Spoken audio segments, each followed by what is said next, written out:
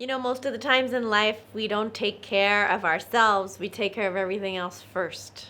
And then it's ourselves that are there to do everything. And then we end up in the hospital or with an ulcer or with migraines, or we end up needing to quit our job or take a sabbatical.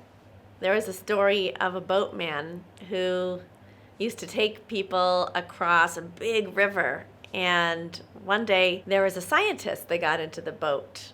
And he said, "Please take me across." And he was rowing the boat. And the scientist asked the boatman, "Have you ever learned about biology and the nature that you see around you?" And the boatman said, "No, I never learned about biology." And the scientist said, "Oh, 25% of your life has been wasted if you've learned nothing about biology. You should learn about it. So much of life has been wasted. It's a precious science." And the boatman continued to row.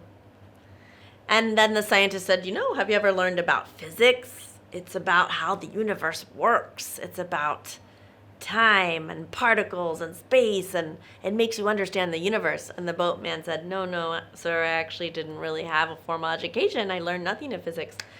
And the scientist said, 50% of your life has been wasted if you haven't learned anything of physics. You really need to learn. And the boatman shook his head and continued rowing, and then he saw something at the bottom of the boat, and the boatman said to the scientist, "Sir, have you ever learned swimming?" And the scientist said, No, I never had time when I was young. I don't know how to swim." And the boatman said, "Well, sir, 100% of your life has been wasted because there's a big hole in the boat and we're sinking at this moment." And this is how we are in our life, right? We learn everything. We do learn science, we learn English, we learn how to write, we learn social media, we learn everything perfectly, but we haven't learned how to take care of our own well-being, our mind, our body, how to rid ourselves of stress in a moment, how to get rid of negative emotions and be able to be calm and centered and happy.